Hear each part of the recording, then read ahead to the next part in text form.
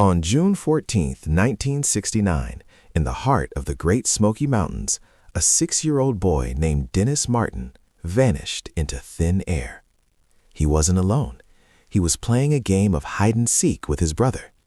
His father was watching him from just 30 feet away.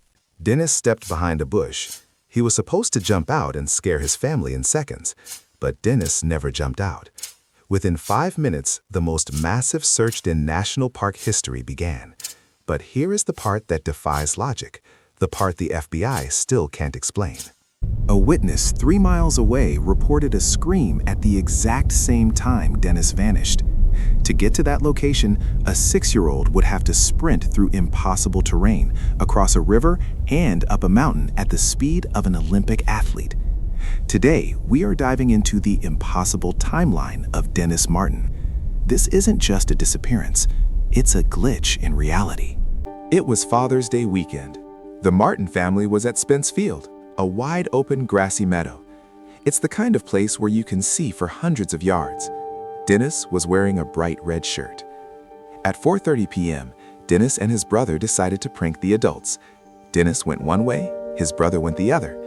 Mr. Martin watched his son's red shirt disappear behind a single clump of bushes. He waited for the boo. It never came.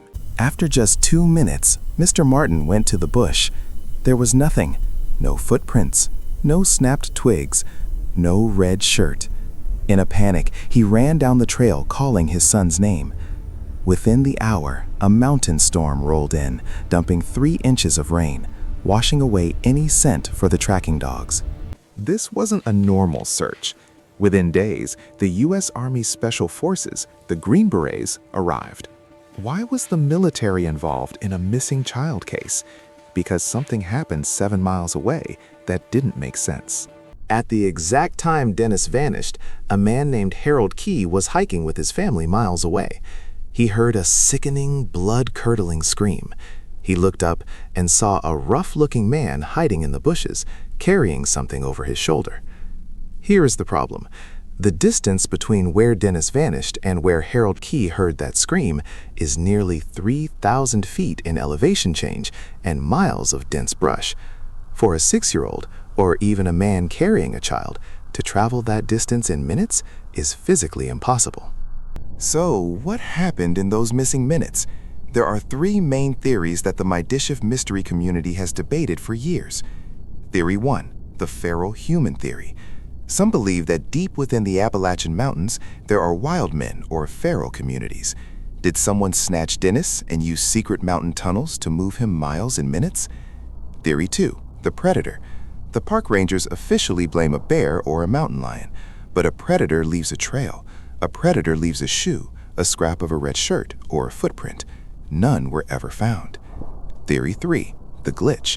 This is the Missing411 theory, that certain spots in our national parks have geographical anomalies, places where time and space don't work the way they should.